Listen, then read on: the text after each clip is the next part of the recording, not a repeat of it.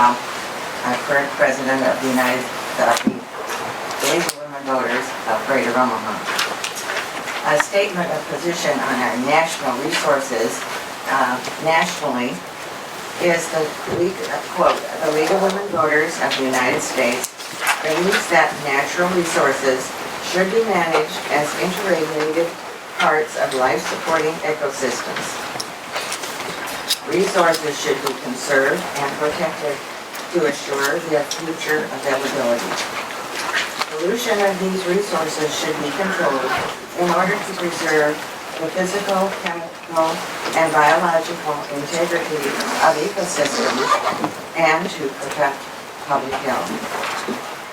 The global climate is changing faster than was predicted a few years ago, and what we do in the immediate years will determine our future.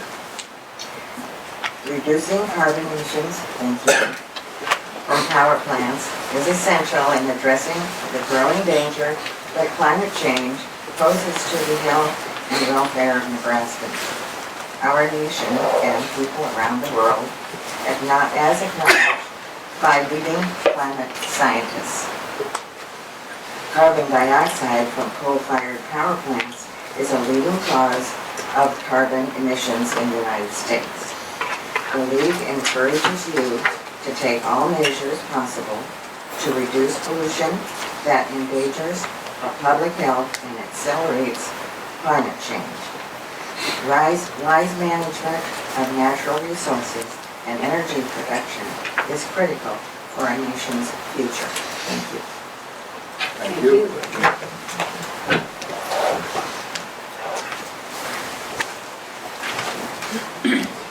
I'll pull the microphone back up. And that was an amazing speech, an amazing story. So I was excited and moved to hear your story.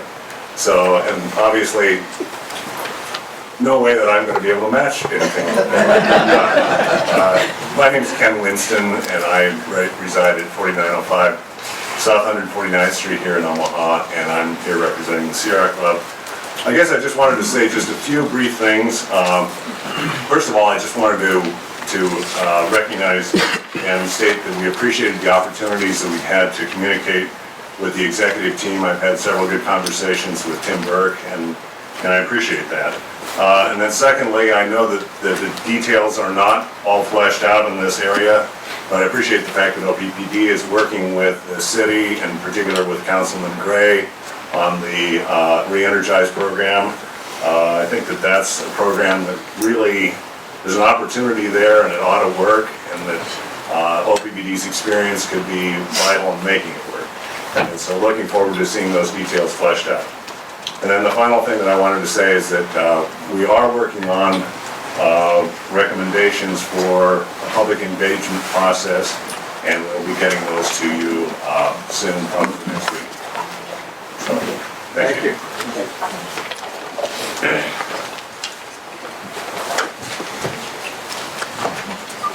Good morning. Good morning. John Atkinson, Energy Policy Director at Nebraska Wildlife Federation, reside in Lincoln. Some of your constituents and customer owners have asked me to bring you this information, so here I am. Part of my background that's relevant is that I have experience in the solar power industry, photovoltaics. I was a manufacturer's rep. I'm a certified grid-tied installer myself, and I remain active in the field in addition to working on policy. I also have a little cheat sheet that summarizes a lot of what I'm going to say that I'd be glad to distribute at the end of my remarks. Basically, I have the good job of bringing good news, because, and it's from an unusual perspective in a way, because it's from our side of the meter, so to speak. And it addresses a perception that everybody loves solar power, it's really cool, but it's just too darn expensive. And what I'm here to tell you is that based on my analysis, that's no longer the case. We actually have a situation where looking at it from the end user of electricity point of view, if you spread the costs over the life of the system, we can now see users making electricity for about the same cost as they would buy it from a utility across Nebraska. And that's a relatively new situation, and it relies on two things that happen. One, very important one, of course, is the drastic decrease in the cost of the hardware. It's just a tremendous thing. And then, you know, on the other side, of course, there's a steady increase of all other costs. So this is new, so I want to explain to you a little bit about how I came to this conclusion and the methods I use that will be reflected in the report that you'll get when it's complete. Also offer an opportunity to meet with anyone who would like to examine the math of the report and the methods and so forth. This is not a rate-making type of document. This is not something from the utility point of view. It's something from the end user point of view. And so it's a little different. Basically, I took a realistic perspective on what you can expect with modern photovoltaic equipment, how much it costs to put in, did a little division and came up with a kilowatt hour cost. It's relies on my knowledge of current installed costs in Nebraska today, as well as the general knowledge of the industry. So it's very current, and this is something that most people do not realize. I've heard a radio story that said, you know, solar electric is wonderful, but it costs at least 20 cents a kilowatt hour.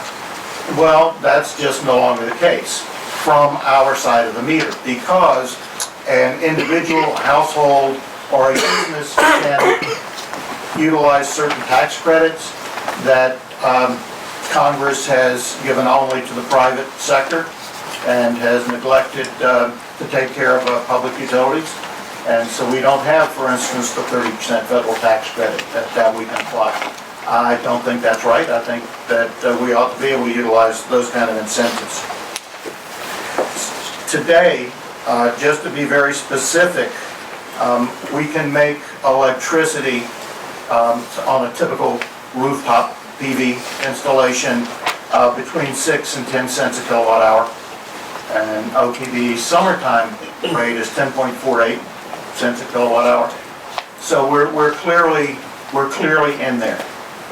Not every installation is as easy as the next. It's not as hard as the next. That's why we give a range of potential installation costs, and you know, your neighbor tree giving you shade and all that kind of thing. So that's why I give you the range of costs there.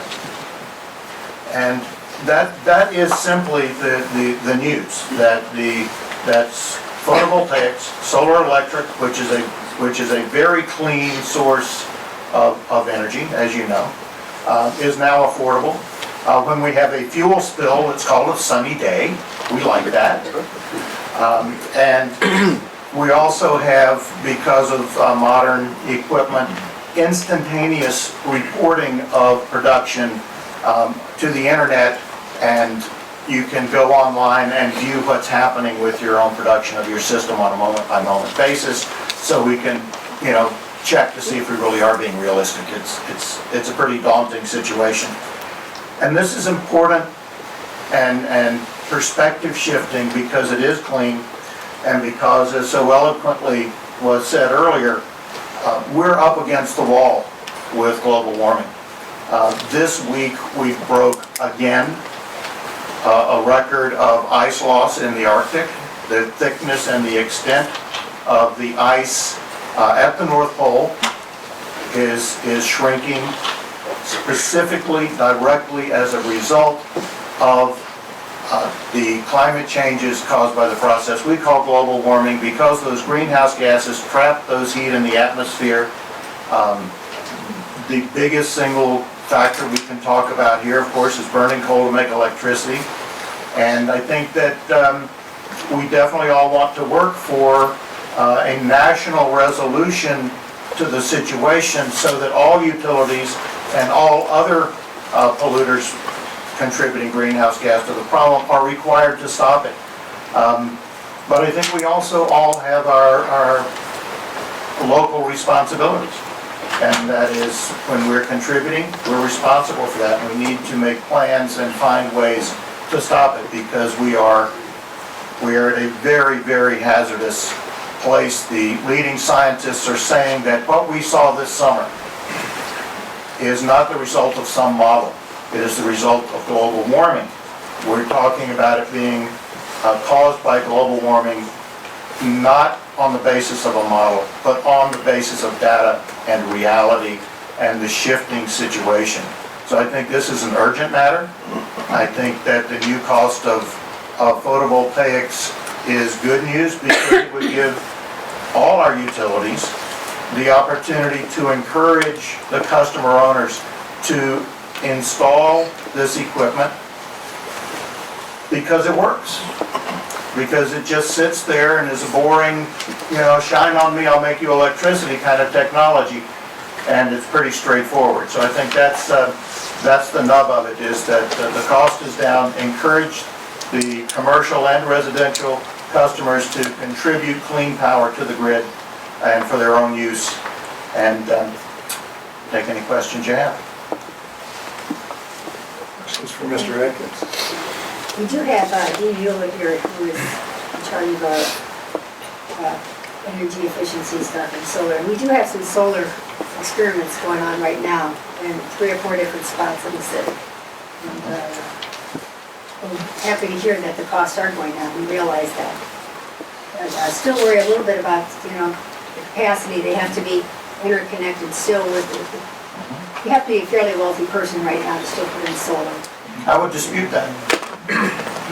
The cost over the last few years is a fraction of what it was. Yeah. So it's, but a normal person who's in a salary of $20,000 a year is not going to be able to afford that. And then, as far I as thought the OPPD rate was high, average was higher.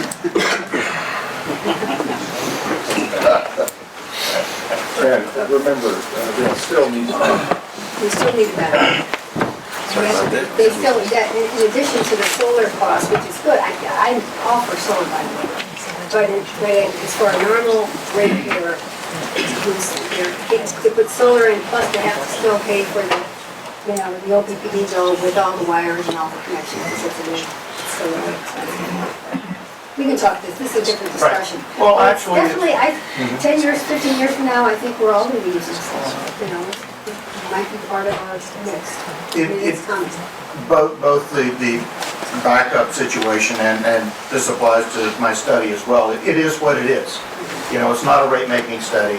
It's a analysis of the reality on the customer side of the meter.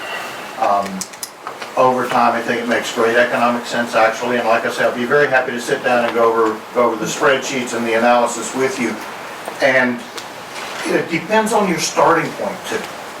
If you accept the analysis of the leading people who do the work in climate, we're in deep trouble, and that what we do now affects not only the future, but what we've done in the past. There's a time lag of decades, and we're only now reaping what we sowed 10, 20 years ago. And as a result, if we want to have a different outcome 20, 30 years from now, then we need to act today. And I know that you and the rest of us are very concerned with our families and their futures. That's the main thing we're about, right? Is our families and our futures. And to really address that, we need to start acting on this today and yesterday. Thank you. Thank you.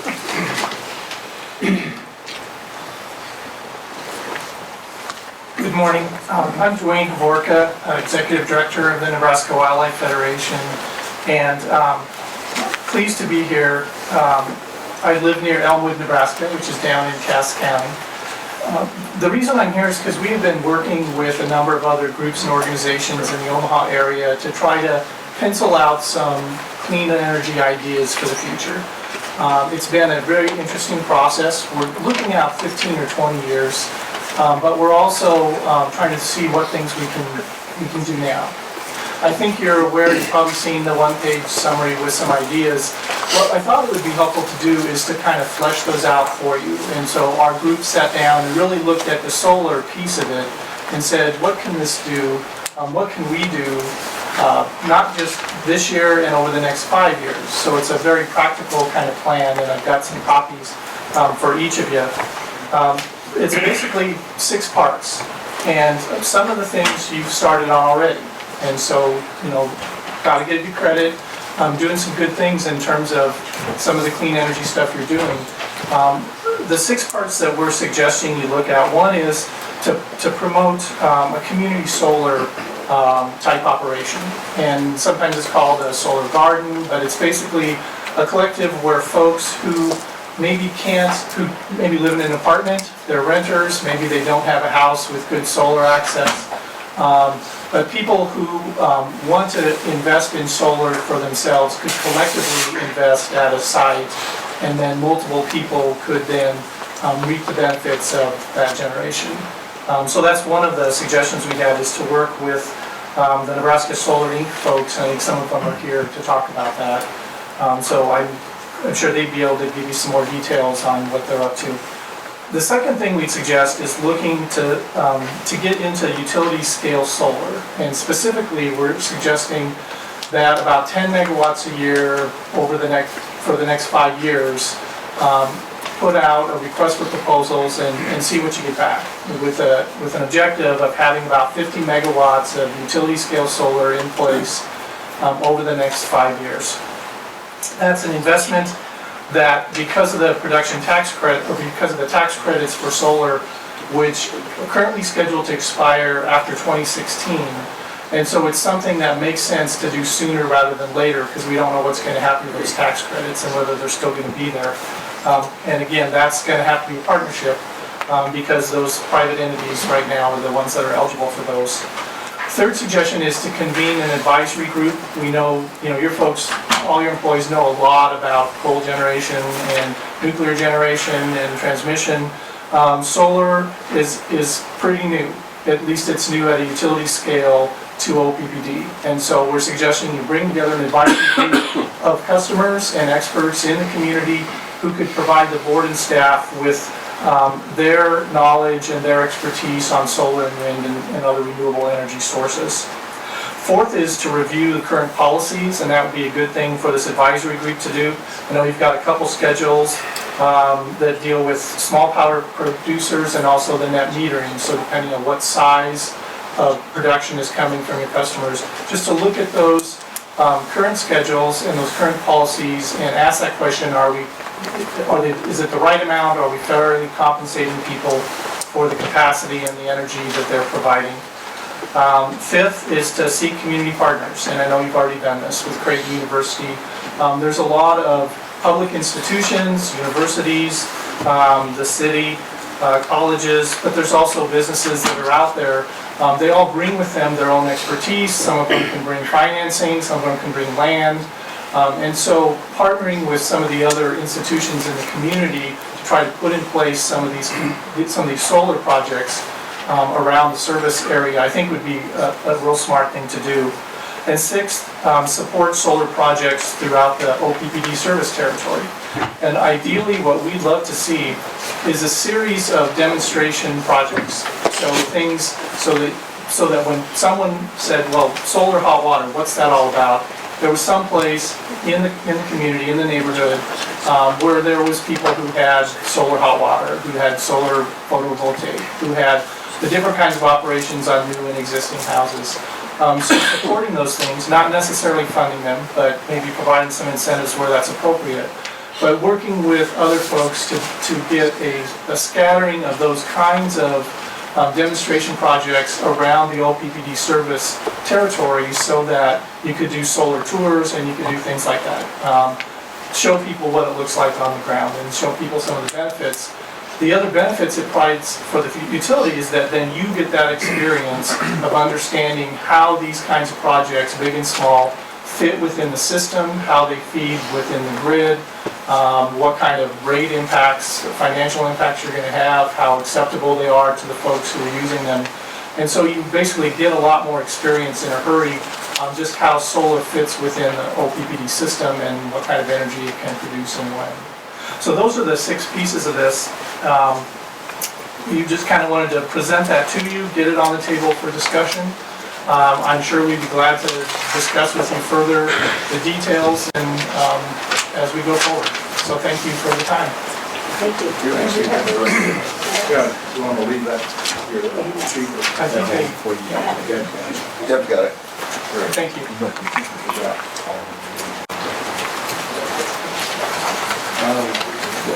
Over in Cheyenne. This is solar thermal for air conditioning units. I really hope you consider that. There's one for everybody.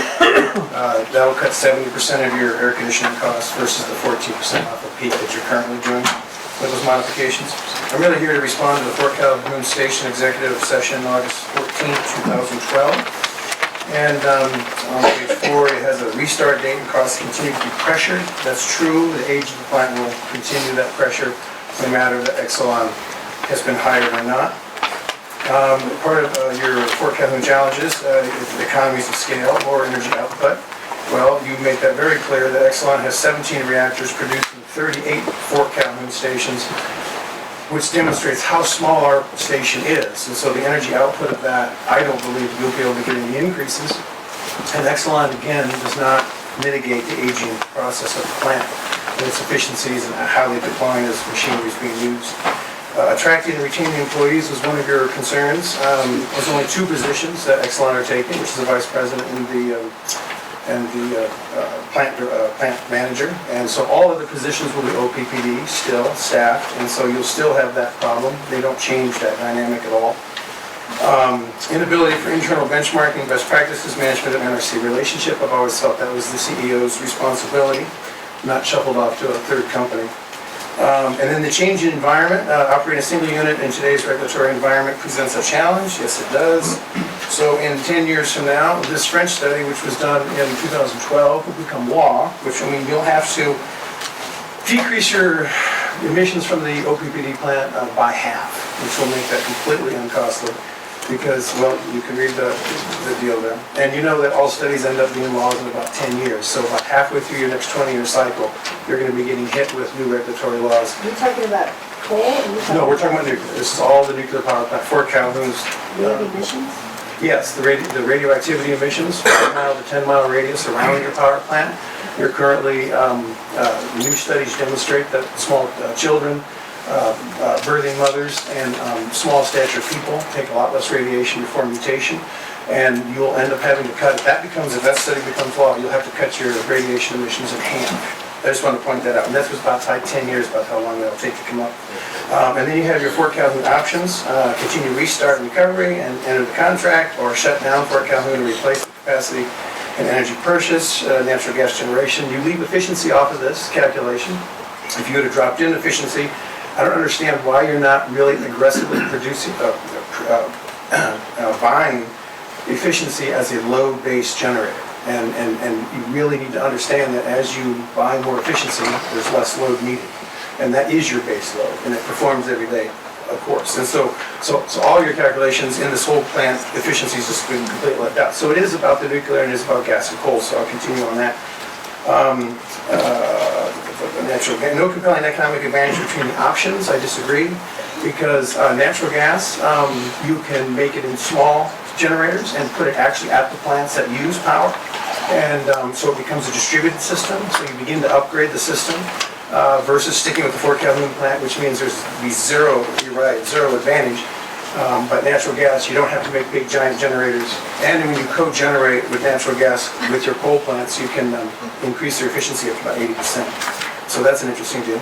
And then Fort Calhoun options and their key risks. You say not enough funds to decommission today in this report, which is a huge neglect. If this is a net positive asset, then the asset should have been accruing a percentage of whatever it was generating as this net positive asset in a fund in which at any point in time you could have made a different decision. Instead of having no funds as, well, that's the negative and we can't afford to decommission it, you should have been charging the people who use the energy for the decommissioning process. Now what you're going to do is charge future people who will never see energy from it for the decommissioning process, because once you decommission it, there's no more energy.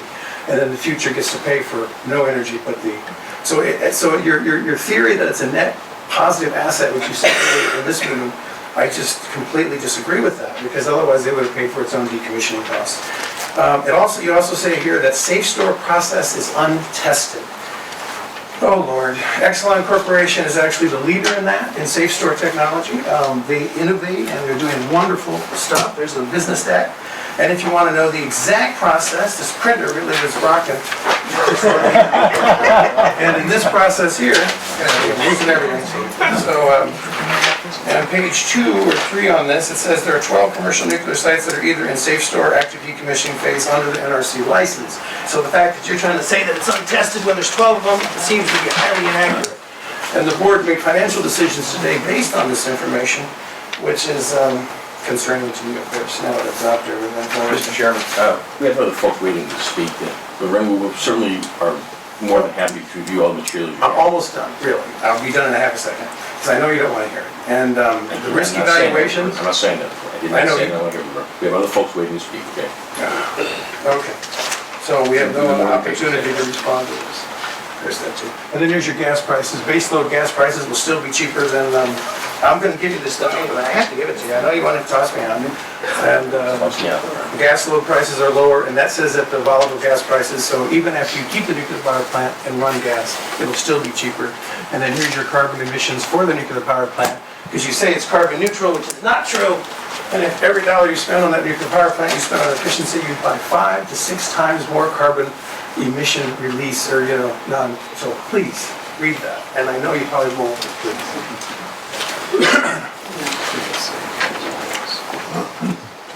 Hi, my name's Leo Arns, and I represent Nebraskan for Solar. It's a new corporation that was formed. It's a nonprofit corporation. Our intent is to provide education and projects in the standpoint in nonprofit entities, and then eventually going into the solar garden for-profit things down the road. But from the educational standpoint, we got a number of folks to educate. The general public, we got the installers, we've got the people that do the financing and so forth. And so our goal is to provide projects at no cost to a nonprofit organization. As an example, we're in discussions with Habitat for Humanity for doing a photovoltaic project next year. And as part of that, we are going to provide the funding for that so that there's no cost involved, so we don't have to worry about it's going to be too expensive. But there's some hooks on it. One of the things is, as a project like that, it's an educational project, and the homeowner will have to provide access to bring in folks to see how it operates and so forth. And from our standpoint, we'd like to work with OPPD in the fact of maybe having you guys provide the streamlining of the permits and have your people interconnect the system so that it's properly installed, so that we can't come and say later on that it wasn't installed properly. This is a cooperative type of thing that we're looking at doing. We are organized in such a fashion that folks in town that want to make a charitable contribution will be able to do so and get a tax deduction on it and so forth. And so that's kind of our thrust of what we're going forward with. I was involved with solar back in the early 80s. I know the lessons learned from that, just like when we first started making electricity with coal and so forth. There are a few sins that were committed and so forth, but we overcome them. And so that's what we're looking at, is to make this an educational type of thing that the community can look at and say, okay, we got the tradesmen who've come in and learned from this, we've got the education community, we've got the finance community, and we just want to go forward with this and hopefully work in a cooperative type of thing with OPPD on this. And as far as Ms. McGuire, on your comment about being too expensive.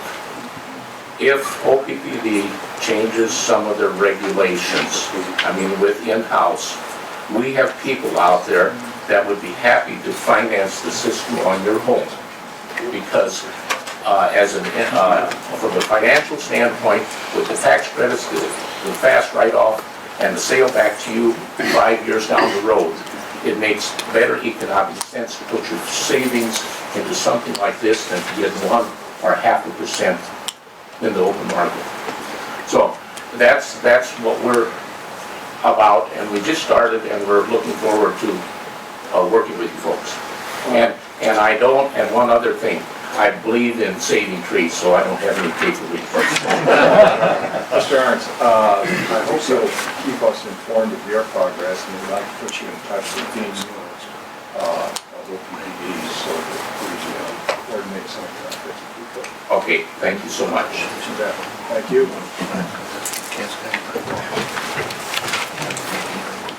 I'm Ken Deffenbacher, 5680 Parker Street, and I noticed my former boss, Bill Weber, sitting at the board.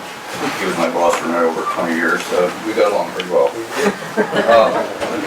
I'm here representing the same group that Leo just talked about. I'm currently the Secretary-Treasurer of Nebraskans for solar. And I'd just like to make 2 points. One is, in researching what other public utilities are doing with solar, and this is only the first step. There's wind. We've got some ideas about that. We being the group that Dwayne Gorka talked about, and also energy conservation. I found one utility that's rather similar, I think in size and so forth, a public utility in the state of California, Sacramento Public Utility District. They have 600,000 customers, which I think is probably not too far, light years away from what OPPD has, but it's a reasonably large utility. They currently are providing incentives to customers to do distributed solar, community solar projects, which there'll be investors that can get back some of the earned money. The Sacramento PUD is currently estimating their current goal is by 2020 to have a third of their electricity generated by solar. So they're doing it. Now, I don't know whether the state of California has some incentives in there that the state of Nebraska doesn't yet, but they're just one of public utilities that are doing this. It's essential, a lot of it is, I assume, through businesses and so-called solar gardens and so forth. They're definitely encouraging their customers to invest.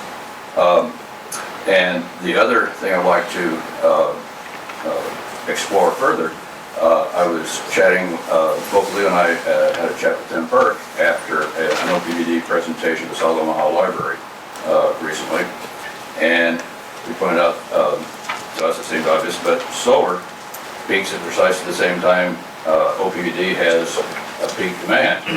And so we talked about the idea of perhaps it could be utility scale, I don't know, half a megawatt, or I don't know if that's utility scale, to half a megawatt, maybe more or less. Perhaps near the Cass County gas-fired solar peaking plant. There's transmission shouldn't be a huge problem because there has to be a substation or whatever there in order to transmit power from that station. And perhaps there's some farmer that, with more drought coming and the soil isn't that great if it is in a creek bottom in southeast Nebraska, would be willing on, a 20-year lease or something of land or something, and maybe a solar installation could be set up there.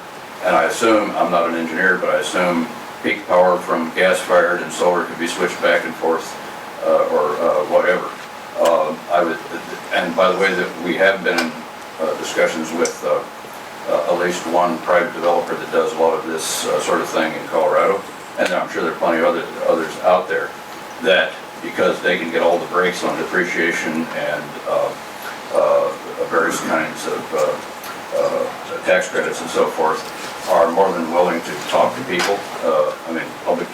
They realize Nebraska is a public power state, to work out these kinds of deals. But apparently, Sacramento PUD is working it out, so we'd just like to encourage encourage you to think about these sorts of things, and perhaps we can do some things that will help us with climate change and also help ratepayers in the short run.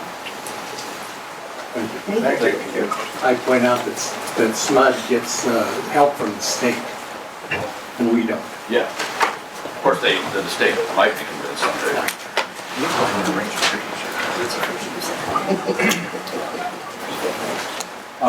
Any other comments? There being none, we are adjourned. I have more comments about the executive.